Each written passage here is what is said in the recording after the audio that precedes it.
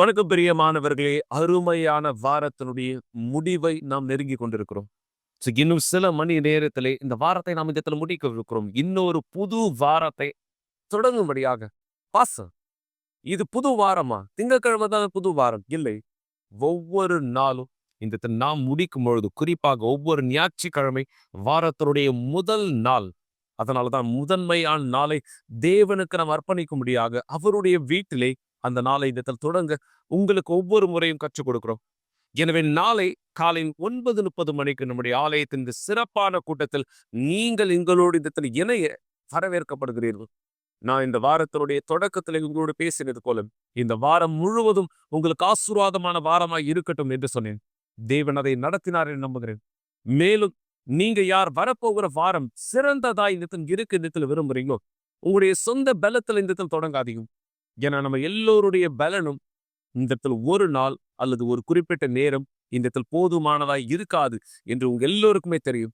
ஆனா தேவனிடத்திலிருந்து நம்ம பெற்றுக்கொள்ளக்கூடிய பலன் நிலையானது, நித்தியமானது.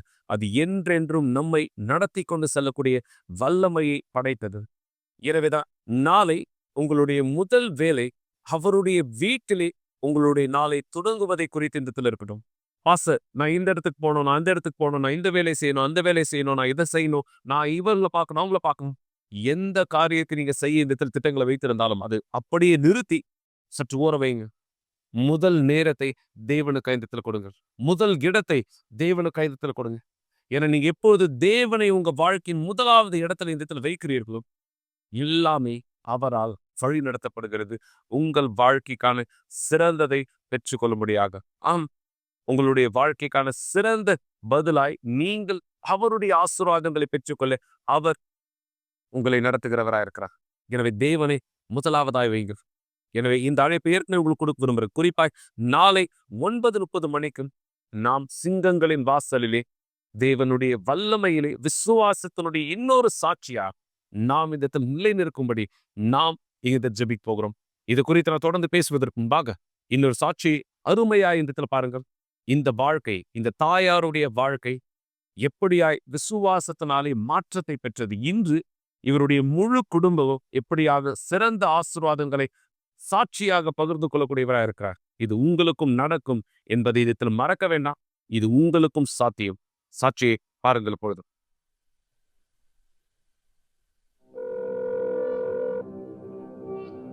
பிஷப், நான் 15 நாளா ஹாஸ்பிட்டல் இருக்கேன். நீங்க ஹாஸ்பிட்டல் இருக்கீங்களா இப்போ? ஆமா.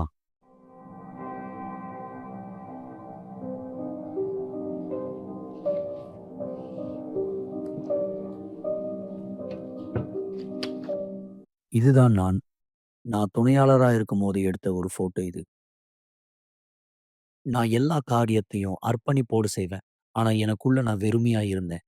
எனக்குள்ள நான் இன்னும் தேவனால பிறக்காத ஒரு மனுஷனா தான் இருந்தேன். ஆனா மத்தவங்களுடைய பார்வைக்கு நான் அந்த யூனிஃபார்மும் அந்த டையும் போடும்போது வேறு ஒருவரை போல நான் காட்சி அளித்தேன். ஆனா எனக்குள்ள உலகத்திற்கு செல்லணுன்ற ஆசை இருந்தது. உலகமானது என்னுடைய கண்களுக்கு முன்பாக பிரகாசமா இருந்துச்சு. நான் எல்லார்கிட்டயும் சகஜமா பழகணும்னு நினைச்சேன். ஏன்னா எனக்குள்ள சந்தோஷம் இல்ல. சந்தோஷத்தை நான் தேடிக்கொண்டிருந்தேன். அந்த நிலையில தான் நான் தீர்மானிச்சேன். என்னுடைய விருப்பத்தை இன்னிலிருந்து நான் செய்ய போறேன். ஒரு முறை நான் இப்படியா கூட சொன்னேன். என்னுடைய வாழ்க்கை இது. என்னுடைய வாழ்க்கைய வைத்து நான் என்ன வேணா செய்ய போறேன். நான் யார்கிட்டயும் சொல்லி செய்யணும்னு அவசியம் இல்ல. அப்படியே நான் செஞ்சேன். நான் அந்த நேரம் தேவனுடைய ஊழியத்தை விட்டு வெளியே வந்துட்டு, என்னுடைய பட்ட படிப்புக்கான முக்கியத்துவத்த குடுத்தேன். அங்க வந்து படிக்கிறவங்கள நான் கவனிச்சு பார்ப்பேன். படிச்சு முடிச்ச பிற்பாடு அவங்க பாருக்கு போவாங்க. நானும் சேர்ந்து குடிக்க ஆரம்பிச்சேன். நான் அத முன்னாடி செஞ்சதே கிடையாது. நான் அங்க வரவங்களோட சந்தித்தல் ஏற்படுத்துவேன். அங்கிருந்து தான் நான் போதை பழக்கத்துக்கு அறிமுகமாக்கப்பட்டேன். நான் முதல் முறையா பயன்படுத்தினது கஞ்சா. அதன் பிற்பாடு கஞ்சா என்ன திருப்திப்படுத்தல. அதன் பிற்பாடு கொக்கைன பயன்படுத்தினேன். கொக்கைன போட தொடங்கின பிற்பாடு எனக்கு அது பரவசம் குடுத்தது. நான் பார்ட்டிகளுக்கு போற அந்த நேரம் அங்கிருந்து ஈத்தர் ஸ்ப்ரேவை எடுத்துப்பேன். அதனைத் தொடர்ந்து என்னுடைய அன்பின் வாழ்க்கைக்கு நான் முக்கியத்துவம் கொடுக்க ஆரம்பிச்சேன். அது ஒருபோதும் எனக்கு வெற்றிகரமா முடியல. நான் அதன் தொடங்கி நினைச்சேன், எனக்கும் பெண்களுக்கும் நல்ல உறவு ஏற்படல. சரி, ஒருவேளை ஆண்களுக்கும் எனக்கும் ஒரு நல்ல உறவு ஏற்படலாம். நான் அதுக்கப்புறமா நெறைய ஆண்களோட உறவுகள்ல இணைய ஆரம்பிச்சேன். அந்த காரியம் நடக்கிறதுக்கு முன்னாடி, நான் பீச்ல குடிச்சுக்கிட்டு எனக்கு அறிமுகமான ஒருத்தரோட பேசிக்கிட்டு இருந்தேன். அப்பொழுது அவங்க எனக்கு அமானுஷ காரியங்கள அறிமுகப்படுத்தினாங்க. நான் அத ஏத்துக்கிட்டேன். அப்போத நிலையில என்ன பொறுத்தவரைக்கும் அது ரொம்ப அற்புதமான ஒரு வாழ்க்கை. அற்புதமான வாழ்க்கை. எனக்கு எதுவுமே குறைவா இல்ல. நான் எங்க வாழணும்னு நெனச்சேனோ அங்க வாழ்ந்தேன். நான் எந்த துணிய போடணும்னு நெனச்சேனோ அத போட்டேன். அந்த நிலையில தான் என்னுடைய வாழ்க்கை மிகவும் மோசம் அடைஞ்சது. நான் அந்த நிலையில தான் புரிந்து கொண்டேன். கற்பனையில நான் என்ன வாழ்க்கை வாழணும்னு நெனச்சேனோ, என்னுடைய நிஜத்துல நான் அந்த வாழ்க்கைய வாழல. என்னுடைய குடிப்பழக்கங்களோ, என்னுடைய போதை பழக்கங்களோ என்ன திருப்திப்படுத்தல. அதுக்கப்புறமா நெறைய மக்களோட நான் என்ன சேர்த்துக்கொண்டேன். ஆப் மூலமா நான் புதுசான ஆளுங்கள கண்டுபிடிச்சு நான் உறவுல இணைய ஆரம்பிச்சேன். சில நேரங்கள்ல விடிகாலையில 3 மணிக்கு கூட எழுந்து நான் அவங்கள போய் சந்திச்சிருக்கேன். நெறைய போதை பழக்கம், நெறைய குடிப்பழக்கம். என்னுடைய விருப்பத்த நான் செஞ்சேன். எனக்கு அந்த நேரம் ஆன்லைன் ஸ்டோர் இருந்துச்சு. நான் அத தொடங்குனேன். அதிலிருந்து எல்லாமே நல்லா தான் போச்சு. எனக்கு உடம்பு சரியில்லாம போச்சு. மீண்டும் ஒரு நாள் உடம்பு சரியில்லாம போச்சு. அதுக்கு பிற்பாடு நான் மருத்துவமனையில கொண்டு சேர்க்கப்பட்டேன். அப்பொழுது எனக்கு சொன்னாங்க, எனக்கு ரத்த கேன்சர் இருக்குன்னு. என்னுடைய லங்ஸ்லயும் பிரச்சனை இருந்துச்சு. அது ரொம்ப மோசமா இருந்துச்சு. என்னால மூச்சு கூட விட முடியல. அப்படிப்பட்ட நிலைமையில எனக்கு வாழ்க்கை வாழணுன்ற நோக்கமே இல்ல. நான் மருத்துவமனையில இருந்தேன். நிலைமை போக போக மோசமடைஞ்சது. என்னால நகர முடியாம போயிடுச்சு. என்னால நடக்கக்கூட முடியாம போயிடுச்சு. என்னால பேசக்கூட முடியாம போயிடுச்சு. நான் பேசனா, என்னுடைய உடம்பு இன்னும் அதிகமா மோசமாயிடும். என்னால கழிவறைக்கு கூட எழுந்து போக முடியல. என்னால கீழ கூட கால வைக்க முடியல. நான் என்ன செஞ்சாலும் 33 கிலோ எனக்கு குறைஞ்சிடுச்சு. வெறும் தண்ணீய மட்டுமே குடிச்சு. கிட்டத்தட்ட 6 மாசமா எனக்கு சரியான ஆகாரமே கிடையாது. நாட்கள் போக போக மருத்துவர் என்கிட்ட சொன்னாங்க, "நீங்க உங்களுடைய கடைசியான ஸ்டேஜ்ல இருக்கீங்க. நீங்க எந்த நேரம் வேணா இறக்கலாம்." நான் படுத்துட்டு இருக்க பெட் மேலேயே என்ன குளிப்பாட்டுனாங்க. அப்பொழுது அங்க நான் பார்த்தேன். ஒருத்தர் டிவிய சுத்தம் பண்ணிட்டு இருந்தத. அந்த டிவில ஒருத்தர் பாஸ்டர் பேசிட்டு இருந்தாரு. ஆனா அவரு பிஷப்.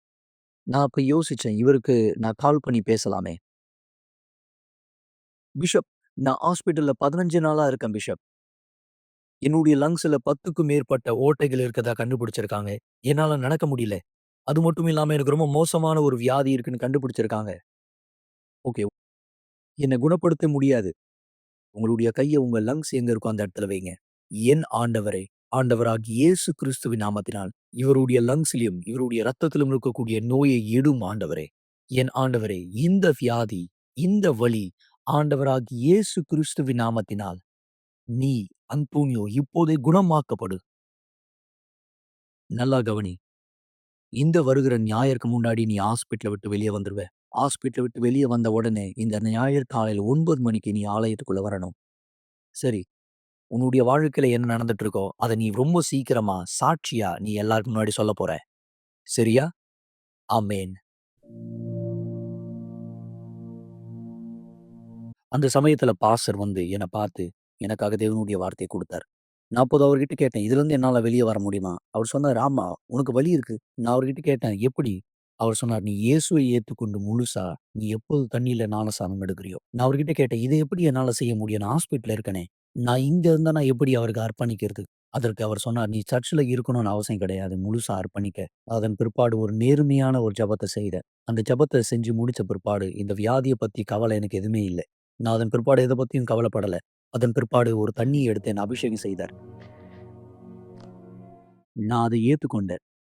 என்ன பொறுத்தவரைக்கும் அதுதான் கடைசியான ஒரு வாய்ப்பு. அப்டின்னா, நீங்க அந்த வியாதி படுக்கையில இருக்கும்போதே உங்களுக்கு ஞானஸ்நானம் குடுத்தாங்க. ஆமா.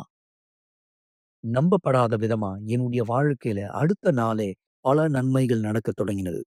அடுத்த நாளே என்னுடைய அம்மா, என்னுடைய அக்கா சொன்னாங்க, "டாக்டர் இந்த மாரி உன்ன சீக்கிரமா ஹாஸ்பிட்டல் விட்டு அனுப்பப் போறாங்க." அந்த நேரம் நான் ஒரு பொருத்தனை பண்ணி கொண்டேன். தேவனுடைய மனுஷன் சொன்ன மாரியே, நான் இந்த இடத்த விட்டு கிளம்பின உடனே நான் ஆலயத்துக்கு செல்ல போகிறேன். நான் போனேன். என்ன நானே சர்ச்சுக்கு இழுத்து கொண்டு போனேன். "எத்தனை நாளா நீங்க சாப்பிடாம இருந்தீங்க?" 4 மாசமா நான் சாப்பிடல. "என்ன பாரு, என்ன பாரு. உன்னால எழுந்துக்க முடியலல்ல? என்ன நல்லா பாரு. இன்னிலிருந்து நீ சாப்பிட போற மீண்டுமா. உன்னுடைய உடல் மீண்டுமா தெம்பா மாறும். உன்னுடைய லங்ஸ் மீண்டுமா சரியமைக்கப்பட்டு எல்லாம் சரியா வேலை செய்யும். நீ வாழ்வ மகனே. தேவன் உனக்கு ஒரு வாய்ப்பு குடுக்குறார். நீ இத நம்புறியா?" நான் இத நம்புறேன். நீ தேவனுடைய மகத்துவத்த பாப்ப உன்னுடைய வாழ்க்கையில. என் நோக்கம் முழுவதும் அது மேல இருந்தது. என்னுடைய வாழ்க்கையில எல்லாமே மீண்டுமா சரியான பாதையில போக ஆரம்பிச்சது. சரீர ரீதியாவும் நான் பலமானேன். ஆவிக்குரிய ரீதியாவும் நான் பலமானேன். நான் அதன் பிற்பாடு தேவன அதிகமா தேட ஆரம்பிச்சேன். நான் அதுக்கப்புறமா இஸ்ரவேல் சிறுவ நிகழ்ச்சிய பத்தி கேள்விப்பட்டேன். நான் அதிகமா தேடினது என்னன்னா, நான் தேவனால பிறக்கப்படணும். எனக்கு நல்லா நினைவு இருக்கு. ஒரு பாஸ்டர் புதிய பிறப்புக்கான புஸ்தகத்த எனக்கு குடுத்தார். நான் இத படிச்சேன். எல்லாத்தையும் படிச்சேன். நான் பீடத்து மீது ஏறி, நான் தேவன்கிட்ட சொன்னேன். தேவனே! நான் தேவனுடைய மனுஷனா மாற வேண்டும். நான் ஒரு வித்தியாசமான ஒரு மனுஷனா மாற வேண்டும். நான் கீழ இறங்கும்போது வித்தியாசமான ஒரு மனுஷனா இருந்தேன். என்னுடைய உடல் முழுவதும் எலசா இருந்துச்சு. எனக்குள்ள உண்மையாவே ஒரு தாகம் இருந்தது. நான் தேவன தெரிந்து கொள்ள வேண்டும். ஏன்னா முன்னாடி நான் தேவன தெரிந்து கொள்ளவே இல்ல. அந்த கூட்ட நேரத்துல எனக்குள்ள இருந்த எல்லாத்தையும் நான் சொன்னேன். என் பக்கத்துல யார் இருந்தாங்க நான் கவலைப்படல. நான் முழுக்க முழுக்க எனக்கு தேவையான ஒரு விஷயத்த நான் தேடிக்கொண்டே இருந்தேன். நான் தேடிக்கிட்டே இருக்கும்போது எனக்குள்ள ஒரு வல்லமை பிறந்தத நான் உணர்ந்தேன். முன்பு அந்த மாரி அனுபவம் எனக்கு ஏற்பட்டதே இல்ல. எனக்குள்ள ஒரு உறுதி பிறக்கப்பட்டது. நான் அவருடையவர் என்று. அந்த நேரத்துல நான் தேவனுடைய பிரசன்னத்த என் வாழ்க்கையில பெற்றுக்கொண்டேன். அது உணர்வு கிடையாது. அத விட அதிகமா அது ஒரு பெரிய பலன். அது என்னால வார்த்தைகளால விளக்கி சொல்ல முடியாது. நான் அந்த நேரம் தொடங்கி ஒரு புதிதான ஒரு மனுஷனா மாறினேன்.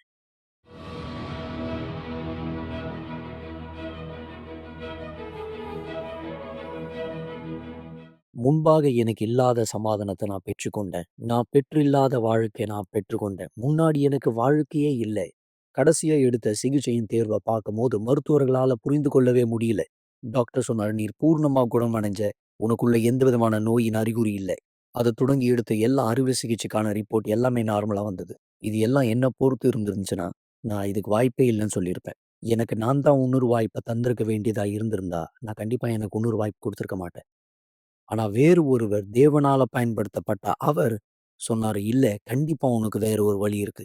எல்லாமே அந்த தண்ணீயிலிருந்து எடுத்த அந்த ஞானஸ்தானம். அந்த சிறு தண்ணி, சாதாரணமான தண்ணி.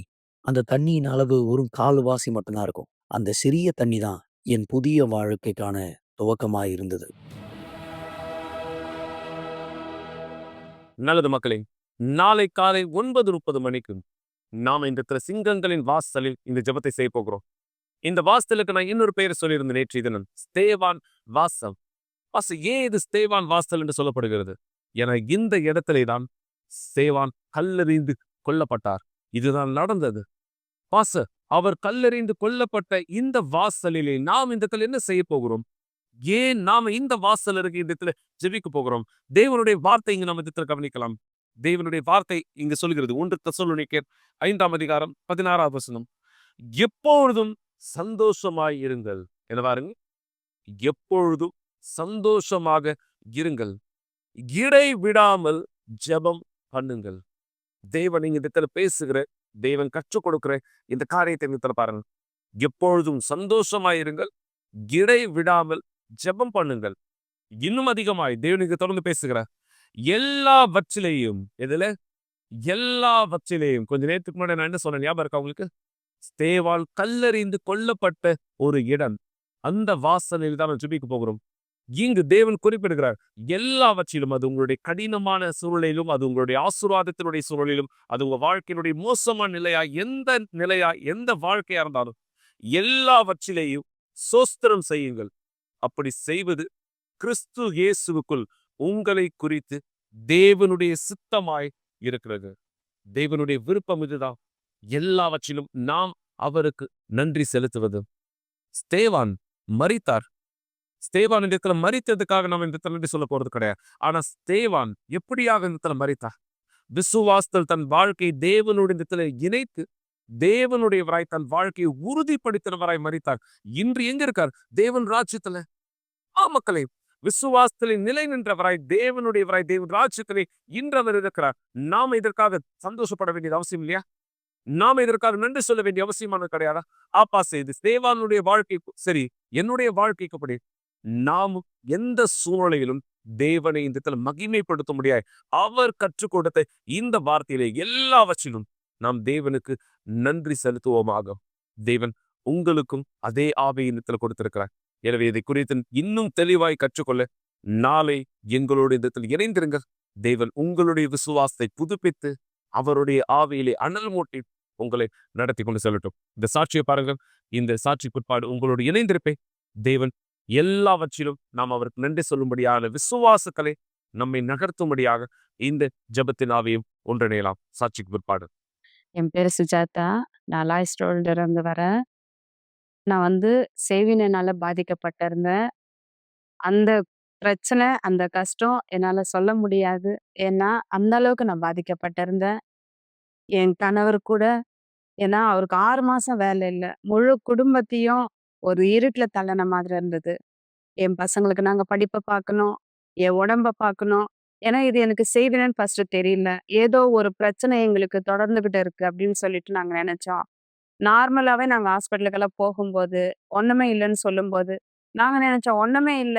ஏன் இந்த மாரி வேர்த்து கொட்டுது? ஏன் இந்த உடம்பு நெளிஞ்சுக்கிட்டே போது? ஏன் இவ்ளோ இந்த அளவுக்கு நான் கஷ்டப்படுறேன்? ஒரு நாள் ஃபுல்லா தூங்குறேன், ஒரு நாள் ஃபுல்லா சாப்பிடுறேன். என்ன நடக்குதுன்னு எனக்கு தெரியல." என் வீட்ல இருட்டும்போது லைட் போட கூட ஆள் இல்லாம இருந்தது. ஏன்னா, என் பசங்க ரொம்ப சின்ன பசங்களா இருந்தாங்க. என்னால தாங்க முடியாத வலி. எந்த வலின்னா, "ஏன் நான் இப்படி படுத்திருக்கேன்? ஏன் நான் இந்த மாரி இருக்கேன்னு?" சொல்லிட்டு என்னால எனக்கு ஒண்ணுமே சொல்ல எனக்கு தெரியல. என் கணவர் வேலைக்கு போகணும்னா, அவருக்கும் வேலை கிடைக்க மாட்டேங்குது. போற இடத்துல பேஷண்ட் டெத் ஆயிடுவாங்க. அவர் திரும்பி வரும்போது நெறைய பிரச்சனத்த நாங்க சந்திச்சோம். 1, 2ன்னு என்னால சொல்ல முடியாது. அந்த இடத்துல ஃபீஸ் கட்டணும், வாடகை கட்டணும், நாங்க சாப்பிடணும். நெறைய விஷயத்த நாங்க செய்யும்போது, அந்த இடத்துல நாங்க எம்ப்டியா இருந்தோம். எங்களுடைய பிரச்சனைக்கு சொல்யூஷனே இல்லாம தான் நாங்க சுத்திக்கிட்டு இருந்தோம். நெறைய ஆலயத்துக்கு போகும்போது, எனக்குள்ளாக இருக்கிற அசுத்தமோ, செய்வினையோ எதுவுமே வெளியில வராது. ஏன்னா, அந்த அளவுக்கு நாங்க பாதிக்கப்பட்டிருந்தோம். இதனால எனக்கு டிப்ரஷன் இருந்தது. எனக்கு என்ன நடக்குதுன்னு எனக்கு சொல்லக்கூட எனக்கு தெரியாம இருந்தது. எனக்கு நல்லா ஆனா போதும், நல்லா ஆனா போதும்ன்னு சொல்லிட்டு, நான் இதே யோசனையில இருக்கும்போது என் கணவர் சொல்லுவாரு, "உனக்கு ஒண்ணுமே இல்ல. நீ நீ நல்லா இருக்க. உனக்கு ஒண்ணும்" ஏன்னா எனக்கு ஒரு பரிதாபமான ஒரு நிலைமையில நான் இருக்கும்போது, அவர் வந்து எனக்கு தைரியம் குடுப்பாரு. இருந்தாலும் என் உடம்பு நல்லா இருந்தா தான் நான் தைரியமா நான் சொல்ல முடியும். நான் நல்லா இருக்கேன்னு சொல்லிட்டு.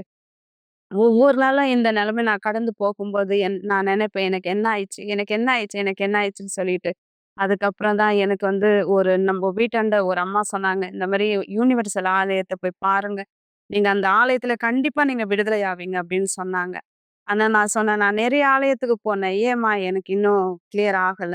அந்த ஆலயத்துல மட்டும் எப்படி எனக்கு கிளியர் ஆகும்?" நான் கேட்டப்ப அவங்க சொன்னாங்க, "நீங்க ஒரு வெள்ளிக்கிழமை அன்னைக்கு சாயந்தரம் 7 மணிக்கு நீங்க போய் அந்த இடத்துல போங்க. அந்த இடத்துல உண்மையாவே நீங்க விடுதலை ஆவீங்க." அப்படின்னு அவங்க சொன்னாங்க.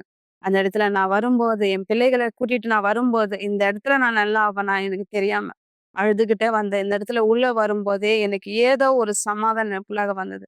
நான் உள்ள வந்தப்போ எனக்கு தெரியல. அந்த இடத்துல என்ன சொல்றாங்க? என்ன பேசுறாங்க? என்ன ஜெபிக்கிறாங்கன்னு கூட எனக்கு ஒண்ணுமே தெரியல. நான் நல்லானா போதும். நான் நல்லானா போதும். இந்த இடத்துல நான் நல்லா ஆவேனா? இந்த இடத்துல நான் நல்லா ஆவேனான்னு சொல்லிட்டு, நான் ரொம்ப கஷ்டப்பட்டேன். ஏன்னா, அந்த அளவுக்கு பாதிக்கப்பட்டு வந்தேன். நான் சுத்தாத இடமே இல்ல. நான் தெரியாத இடமே இல்ல. எந்த ஆலயத்துக்கு போனாலும் நான் சரி ஆகல. இனிமே நான் உயிரோட இருக்க மாட்டேன்னு சொல்லி தான் கடைசியா இந்த இடத்துல வந்தேன். வரும்போது அன்னைக்கு அந்த வெள்ளிக்கிழமை அன்னைக்கு உண்மையாவே அந்த இடத்துல ஜெபிக்கும்போது விடுதலை ஜெபம் நடந்துகிட்டு இருந்தது. அந்த இடத்துல ஜெபிக்கும்போது, எனக்குள்ளாக இருந்த அந்த செய்வின வெளியில போறது எனக்கு தெரிஞ்சது. எனக்குள்ளாக ஏதோ ஒரு மாற்றத்த அன்னைக்கே நான் பார்த்தேன். அந்த நிமிஷத்திலேயே நான் பார்த்தேன். அந்த நிமிஷத்துல நான் பார்க்கும்போது நான் நெனச்சேன், நான் உயிரோட தான் இருப்பேன். சாகப் போறதில்ல. ஏன்னா நான் நெனைக்கும் போதெல்லாம் என் பசங்கள அனாதையா நான் விட்டு சாகப் போறேன் அப்படின்னு நெனச்சேன். அந்த இடத்துல நான் வரும்போது, அந்த மரணம் என்ன வந்து இனிமே நெருங்காதுன்னு சொல்லிட்டு, உண்மையாவே இந்த இடத்துல எனக்கு விடுதலை கிடைச்சது. நான் வீட்டுக்கு போகும்போது என் கணவர் இடத்துல சொன்னேன். உண்மையாவே அந்த இடத்துல ஏதோ ஒரு மாற்றத்த நான் பார்த்தேன். ஏதோ ஒரு மாற்றத்த நான் பார்த்தேன். கண்டிப்பா பார்த்தேன். நீங்களும் வாங்க அப்படின்னு சொல்லும்போது, நெக்ஸ்ட் ஃப்ரைடே அவர் வரும்போது, இந்த இடத்துல அவரா சொன்னாரு, "ஏதோ ஒரு மாற்றம் இந்த இடத்துல இருக்கு. ஆமா, நம்ப பார்க்காத ஒரு சொல்யூஷன் இந்த இடத்துல நம்மளுக்கு கிடைச்சதுன்னு" சொல்லிட்டு, நாங்க வீட்டுக்கு போனோம். வீட்டுக்கு போன பிறகு எங்களுக்குள்ளாக நல்லா சமாதானம் இருந்தது, சந்தோஷம் இருந்தது. ஏன்னா, அந்த செய்வின வெளியில போயிடுச்சுன்னு சொல்லிட்டு. ஆனா, நாள் ஆக ஆக நாங்க வந்து ஆலயத்த விட்டு சில நாள் நாங்க வந்து எங்களுக்கு உடனே கிளியர் ஆயிடுச்சுன்னு சொல்லிட்டு, ஆலயத்த விட்டு நாங்க இருந்தோம். ஒரு 2 மாசம், 3 மாசம் நாங்க வரல. மறுபடியும் ஏதோ ஒரு அசுத்தம் எங்கள தொடுதுன்னு சொல்லிட்டு எங்களுக்கு தெரிஞ்சு போச்சு. என்ன அசுத்தம்? ஏதோ எனக்கு சொல்லவே தெரியல எனக்கு. இடுப்புல இருந்து கால் வரைக்கும் பயங்கரமா வலிக்கும். ஒரு ஆள் என் வெயிட்ல இருக்கிற ஒரு ஆள் என் மேல ஏறி உக்காந்த போல இருக்கும். ஆனா பார்த்தா கால் வீங்கல, இடுப்பு வீங்கல, ஒண்ணுமே இருக்காது. ஆனா அவ்ளோ வீக்கத்துல நான் அழுவேன். ஏன் இந்த மாரி இருக்குன்னு எனக்கு தெரியலன்னு சொல்லும்போது, எங்க வீட்டுக்காரர் சொன்னாரு, "இனிமே ஆலயத்த விட்டு நீ தூரமா இருக்காத. அந்த இடத்துல விடுதலையானத நீ பார்த்தல்ல. நீ மறுபடியும் நம்ம ஃபேமிலியா அந்த இடத்துக்கு நம்ம போலான்னு" சொல்லிட்டு, நாங்க மறுபடியும் வந்தோம். வரும்போது நான் பாஸ்டர் இடத்துல பேசினேன். "பாஸ்டர், எனக்கு விடுதலையானது நடந்தது. நான் நான் குணமாயி நான் வீட்டுக்கு போனேன். ஒரு 2 மாசம் நான் வரல. அதோட போயிடுச்சுன்னு நான் நெனச்சேன். மறுபடியும் டிஃப்ரெண்ட்டா ஒரு ஒரு வலி எனக்குள்ளாக வந்தது. என்னால தாங்க முடியல. எதனாலன்னு சொல்லும்போது, பாஸ்டர் என்கிட்ட பேசினாரு. "நீ மறுபடியும் ஞாயிற்றுக்கிழமை வாம்மா" அப்படின்னு சொன்னாரு. நான் ஞாயிற்றுக்கிழமை வரும்போது, இந்த இடத்துல பாஸ்டர் இந்த இடத்துல பேசினது, "உனக்குள்ளாக இந்த செய்வினை வருதுன்னா, உனக்குள்ளாக தேவ ஆவியானவர் இருக்கும்போது, இனிமே இந்த செய்வினை உன்ன தொடராது" அப்படின்னு சொன்னாங்க. அப்புறம் நான் வந்து ஞாயிற்றுக்கிழமை வர்றதுக்கு நான் டிசைட் ஆனேன். என் குடும்பத்தோட நாங்க ஞாயிற்றுக்கிழமை வரும்போது, உண்மையாவே எங்களுக்குள்ளாக இருந்த அந்த செய்வினை முழுமையா வெள்ளி, ஞாயிறு நாங்க வரும்போது முழுமையா எங்களுக்குள்ளாக கிளியர் ஆனது. ஆனா எனக்கு சொல்ல தெரியல. அவ்ளோ சந்தோஷம் எனக்குள்ளாக இருந்தது. எத்தன ஆலயத்தன சொல்லப்போனா நீலாங்கரை வரைக்கும் நாங்க போய்க்கிட்டு வந்தோம். இந்த இடத்துல குணமாகுமா? இந்த இடத்துல குணமாகுமா? இந்த இடத்துல தீர்க்க தரிசனம் வருமா? இந்த இடத்துல ஒரு போதகர் என் தலைமையில கை வைப்பாரான்னு. ஆனா இல்ல. இந்த இடத்துல வரும்போது யுனிவர்சல் ஆலயத்துக்கு வரும்போது, இனி மீண்டும் என்னிடத்துல செய்தின கிடையாது. பாஸ்டர் கிட்ட நான் பேசும்போது, "பாஸ்டர் நான் நல்ல குணமாயிட்டேன்" அப்படின்னு நான் சொல்லும்போது, பாஸ்டர் சொன்னார், "உனக்குள்ளாக பரிசுத்த ஆவியானவர் இருந்தா, இனிமே அது உன்ன தொடாது" அப்படின்னு சொன்னாரு. அப்போ மறுபடியும் நான் பிரேயர் பண்ணேன். தேவனே எனக்குள்ளாக உம்முடைய ஆவி எனக்கு வேணும்னு சொல்லி. நான் பிரேயர் பண்ணும்போது ராத்திரி 1:30 மணிக்கு எந்திரிச்சு அழுது பிரேயர் பண்ணேன். இந்த வலி, இந்த வேதனை என்னால தாங்க முடியல. வெளிய ஒரு ஆள் எனக்கு செய்வினை செஞ்சா பரவால்ல. வீட்ல இருக்கிறவங்களே என்ன இந்த மாரி கஷ்டப்படுத்துறாங்க தேவனே. நீங்க எனக்குள்ளாக வரலன்னா, என்னால எப்படி இந்த விஷயத்த நான் ஜெயிக்க முடியும்? என் பசங்க சின்ன பசங்களா இருக்காங்க. நாங்க எப்படி ஒரு சந்தோஷமான வாழ்க்கை வாழ முடியும்னு சொல்லிட்டு, அந்த இடத்துல கண்ணீரோட நான் ஜெபிச்சேன். கண்ணீரோட நான் ஜெபிக்கும்போது எனக்குள்ளாக தேவ ஆவியானவர் வந்தார். அவர் வரும்போது ஒரு சமாதானத்த, ஒரு சந்தோஷத்த நான் பார்த்தேன். அது எந்த அளவுக்குன்னா, என் வாழ்க்கையில அந்த மாரி சந்தோஷத்த நான் எப்பவுமே பார்த்தது கிடையாது. அப்படியேப்பட்ட ஒரு சந்தோஷத்த நான் பார்த்தேன். தேவ ஆவியானவர் எனக்குள்ளாக வரும்போது, இந்த உலகத்தையே நான் ஜெயித்த அளவுக்கு ஒரு சந்தோஷம் எனக்குள்ளாக வந்தது. அத விவரிக்க கூட என்னால முடியல. அவ்ளோ சந்தோஷம். என் குடும்பத்துல நான் ஒரு மாற்றத்த பார்த்தேன். எனக்குள்ளாக ஆவியானவர் வரும்போது, இனிமே அந்த இருள் இல்ல, அந்த செய்வினை இல்ல, அந்த பலவீனம் இல்ல. நான் ரொம்ப சந்தோஷமா இருந்தேன். அந்த நேரத்துல என் குடும்பம் முழுவதும் தேவனுடைய ஆலயத்துக்கு வந்துகிட்டு இருக்கும்போது, பரிசுத்த ஆவியானவர் எனக்குள்ளாக இருக்கும்போது, என் பொண்ணுக்கு ஒரு 17 வயசு இருக்கும். அந்த 17 வயசு பொண்ணுக்கு ரோட்ல ஆக்சிடென்ட் நடந்தது. பாப்பா ரோடு கிராஸ் பண்ணும்போது, ஒரு ஷேர் ஆட்டோ மாரி வந்து, அந்த ஷீட் கட்டிக்கிட்டு வந்து என் பொண்ணுடைய கழுத்துல விழுந்து, ஒரு துளி, ஒரு நூல் அளவுல அவ இறக்க வேண்டியதா இருந்தது. அந்த இடத்துல எ எங்க பாப்பாவ இன்னொருத்தவங்க கூட்டிட்டு போயிட்டு ஹாஸ்பிட்டல்ல போட்டாங்க. எனக்கு தெரியாது. நான் அந்த இடத்துல வீட்ல இருந்த ஒருத்தவங்க வந்து எனக்கு சொன்னாங்க, "உங்க பாப்பாக்கு ஆக்சிடென்ட் ஆயிடுச்சுன்னு" சொன்னதும் என் பையன் ஓடி பார்த்தப்போ, அவன் ரொம்ப அழுதுட்டான். ஃபுல்லா பிளட்டு ஃபுல்லா சுடிதார் ஃபுல்லாவே பிளட்டா இருந்தது. என் வீட்டுக்கு என் பையன் வந்து, "அம்மா வாம்மா, பாப்பாவ ஹாஸ்பிட்டல்ல சேர்த்துருக்காங்க. வா வான்னு" சொல்லும்போது, நான் "என்ன ஆயிடுச்சு?" அப்படின்னு கேட்டேன். அவனுக்கு சொல்ல வரல. ஏன்னா ஃபர்ஸ்ட் டைம் எங்க வீட்லயே அந்த மாரி ஆக்சிடென்ட் ஆன ஒரு விஷயம். அந்த இடத்துல என் என் பையன் சொல்லும்போது நான் கேட்டேன், "அவ உயிரோட இருக்காளா? அவ உயிரோட இருக்காளா?" அது மட்டும் சொல்லுனா, அவனுக்கு அது கூட வாய் வரல. நான் போகும்போது, வண்டியில ஏறி நான் போகும்போது, தேவனிடத்துல ஒரே ஒரு விஷயத்த கேட்டேன். "தேவனே, நீங்க எனக்கு அநியாயத்த செய்ய மாட்டீங்க. நீங்க எனக்கு ஒருபோதும் அநியாயத்த செய்ய மாட்டீங்க. எனக்கு துரோகத்த செய்ய மாட்டீங்க. நான் நம்புறேன் என் பொண்ணு உயிரோட இருக்குன்னு சொல்லிட்டு." அப்படின்னு சொல்லி நான் உள்ள போகும்போது, என் பொண்ண நான் அப்படியே எட்டி பார்த்துக்கிட்டு போனேன். "என் பொண்ணு இருக்காளா?" அப்படின்னு சொல்லிட்டு. நான் போகும்போது என் பொண்ணு நர்ஸ் கூட பேசிட்டு இருந்தா. "ஆண்டி எனக்கு வலிக்குது" அப்படின்னு சொல்லிட்டு. பார்த்தா கன்னத்துல ஃபுல்லா இந்த இடத்துல இருந்து அப்படியே ஃபுல்லாவே கட் ஆயிருந்தது. எனக்கு என்ன சொல்லணும்னு தெரியல. இந்த இடத்துல இந்த இடமும் அப்படியே ஓப்பன் ஆயிருந்தது. 17 வயசு ஒரு பாப்பா. நான் என்ன பண்ண முடியும்? உடனே நான் வந்து அழல. என் பாப்பா கிட்ட போயிட்டு நான் பார்த்துதான், "நீ உயிரோட இருக்கிறியா?" எனக்கு அது போதும். நான் என் பாப்பா கிட்ட சொன்ன ஒரே வார்த்தை என்ன தெரியுமா? "அம்மா, நீ இன்னும் தேவன் இடத்துல கிட்ட வரலன்னா, ஒருவேள இது ஒரு சமயமா இருக்கும். ஒருவேள தேவன் இந்த வாய்ப்ப குடுத்திருக்காரு. நூலிழவுல நீ இறக்க வேண்டியது உன்ன காப்பாத்தி இருக்காருன்னா, நீ தேவன்கிட்ட இன்னும் கிட்ட வாம்மா" அப்படின்னு நான் சொன்னேன்.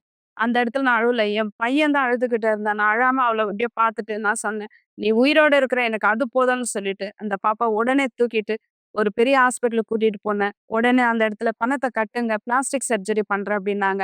நாங்க உடனே பணத்த கட்டுனோம். ஆனா அந்த இடத்துல டாக்டர் வந்து, நாங்க அந்த ஃபோட்டோ அனுப்புனப்போ இது சின்ன காயம்னு சொன்னாரு. ஆனா அது சின்ன காயம் கிடையாது. டாக்டர் கிட்ட வந்து பார்த்தப்ப சொன்னாரு, "அது ஸ்ட்ரைட்டா அது வந்து கட் ஆகலம்மா. இது ஒரு ஷேப்பாவே கட் ஆயிருக்கு. அங்கங்க துளி துளியா கட் ஆயிருக்கு. இது என்னால செய்ய முடியாது. மூக்கு சைடா வரும், வாய் சைடா வரும். உங்களால இந்த பாப்பாவ இதே ஃபேஸ் மறுபடியும் பார்க்க முடியாது" அப்படின்னாங்க. அதுக்கு அந்த இடத்துல நான் உட்கார்ந்து தேவன் இடத்துல நான் பிரேயர் பண்ணேன். என்னன்னா, "தேவனே, நீங்க சொன்னீங்க, என்னுடைய ராஜ்யத்தையும், என்னுடைய நீதியும் நீங்க தேடுங்க. மத்த எல்லாமே நான் உங்களுக்கு குடுப்பேன்னு சொன்னீங்களே. நான் இந்த இடத்துல உங்க ராஜ்யத்தையும், உங்க நீதியும் எனக்குள்ளாக இருக்கிறீங்க. என் பொண்ணுக்கு இந்த இடத்துல நியாயத்த நடக்கணும். நீதிய செய்யுங்க" அப்படின்னு நான் கேட்டேன். உண்மையாவே நான் கேட்டது அந்த இடத்துல என்ன தெரியுமா? "தேவனே, உம்முடைய தூதர்கள இந்த இடத்துல இறக்குங்க." ஒரு ஸ்கின் ஸ்பெஷலிஸ்ட் சொன்னாரு, என்னால முடியாதுன்னு. ஆனா, உங்களால எல்லாமே முடியும். உங்களால ஆகாதது ஒண்ணுமே இல்ல அப்படின்னு நான் சொல்லி, தேவனிடத்துல அந்த இடத்துல நான் பிரேயர் பண்ணேன். ஆப்பரேஷன் தியேட்டர் கூட்டிட்டு போனாங்க. அந்த இடத்துல நான் உட்கார்ந்து பிரேயர் பண்ணேன். தேவனே இந்த இடத்துல எனக்கு நீதி செய்யுங்க. என் பொண்ணு பேச வச்சு நான் நெறைய இடத்துல நான் வந்து சாட்சியா நான் பேசணும். அப்படின்னு நான் சொல்லி தேவன்கிட்ட கேட்டேன். அந்த இடத்துல என் பாப்பா வரும்போது, அந்த டாக்டர் சொன்னது 20 நிமிஷத்துல நான் கூட்டிட்டு வரேன் அப்படின்னு சொன்னாங்க. தையல் தான் எல்லாத்தையும் இழுத்து வச்சு முகத்த தையல் போடணும் அப்படின்னாங்க. ஆனா, அந்த இடத்துல நான் தையல பார்க்கல. 1 1/2 மணி நேரத்துக்கு அப்புறம் 8 பேர் அந்த இடத்துல சர்ஜரி பண்ணியிருக்காங்க. என் பாப்பா வெளியில வரும்போது நான் பார்த்தேன். மூக்கு இருக்கிற விதமாவே இருக்கு. வாய் இருக்கிற விதமாவே இருக்கு. எனக்கு அந்த என் பாப்பாவ பார்த்த உடனே என் குடும்பத்தார்கிட்ட நான் சொன்னேன். "நீங்க எல்லாருமே போய் சாப்பிடுங்க. என் பொண்ணு நல்லா இருக்கா" அப்படின்னு. ஏன்னா என் குடும்பத்துல எல்லாருமே அந்த இடத்துல அழுதுகிட்டு இருந்தாங்க. நான் சொன்னேன், "என் பொண்ணு நல்லா இருக்கு. நீங்க போங்க. நீங்க போய் சாப்பிடுங்க. நான் ரொம்ப சந்தோஷமா இருக்கேன். என் தேவன் எனக்கு அநியாயத்த பண்ணல" அப்படின்னு சொல்லிட்டு. நான் அவர்கிட்ட சொல்லும்போது, என் கணவர்கிட்ட நான் சொன்னேன். "என் தேவன் நீதி செய்றார். என் பாப்பாவ நீ பாரு" அப்படின்னு நான் சொன்னேன். என் பாப்பாவ பார்த்துட்டு அவளுக்கு சொன்னேன். "இனிமே தேவன் கிட்ட வா. தூரம் போகாத. ஏன்னா நாங்க கிட்ட வரும்போது, அவருடைய ஆவியானவர் எங்களுக்குள்ளாக வரும்போது, நாங்க எவ்வளோ சந்தோஷமா இருக்கோம். இன்னைக்கு நீ இறக்க வேண்டிய நிலைமை. ஆனா உன்ன உயிரோட குடுத்துருக்காங்க. அதனால நீ இனிமே தேவன விட்டு விலகி போகாதம்மா" அப்படின்னு சொன்னேன். ஆனா இன்னைக்கு என் பொண்ணு இந்த இடத்துல யுனிவர்சல் ஆலயத்துல ஒரு ஊழியக்காரியா இருக்கா. என் பையன் ஊழியம் செய்றான். நானும் ஊழியம் செய்றேன். என் முழு குடும்பமே சந்தோஷமா இருக்கு. இந்த இடத்துல எவ்ளோ சந்தோஷம்னு என்னால சொல்ல முடியாது. நாங்க அநேக பேருக்கு நாங்க ஹெல்ப் பண்றோம். ஏன்னா எங்க சாட்சி ஒரு சிறிய சாட்சி கிடையாது. ஏன்னா வெளியில நெறைய பேர் செய்வின பிரச்சனையில கஷ்டப்படுறாங்க. எவ்வளவோ அவங்க கட்டுல விழுந்திருக்காங்க. அவங்களுக்கு சொல்ல தெரியல என்ன ஆகுதுன்னு என்ன மாதிரி. ஆனா இன்னைக்கு அவங்களுக்கு போய் ஜெபிக்கிறதுக்கும், ஆலயத்துக்கு கூட்டிட்டு வந்து அவங்கள விடுதலை ஆக்குறதுக்கும் தேவன் எங்கள பயன்படுத்துற தேவனுக்கு மகிமை.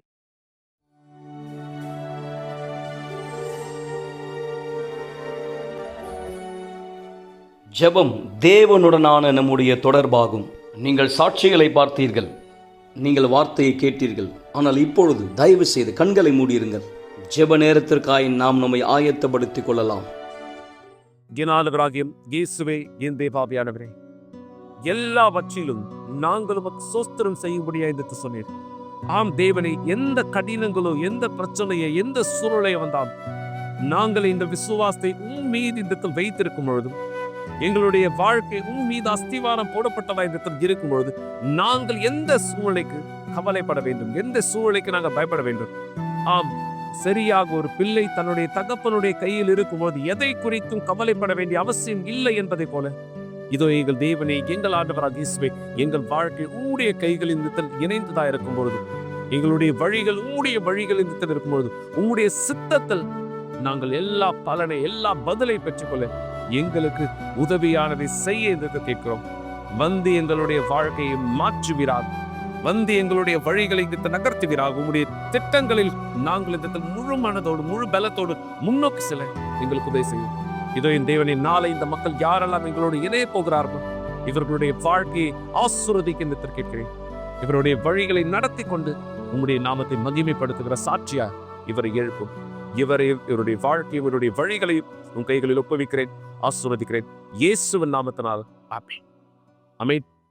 நாளை காலை 9:30 மணிக்கு தவறவிடாதீர்கள். தலைமை சபை 3 அல்லது நம்முடைய கிளை சபைகளிலோ நீங்கள் எங்களோடு குடும்பத்தில் இணையலாம். தேவன் அதி அற்புதமான காரியங்களில் உங்க வாழ்க்கையை வழி நடத்தட்டும், ஆசீர்வதிக்கட்டும். செல்லுவார்கள் மக்களை, தேவன் உங்களோடு இருப்பார். இயேசுவின் பெயராலே.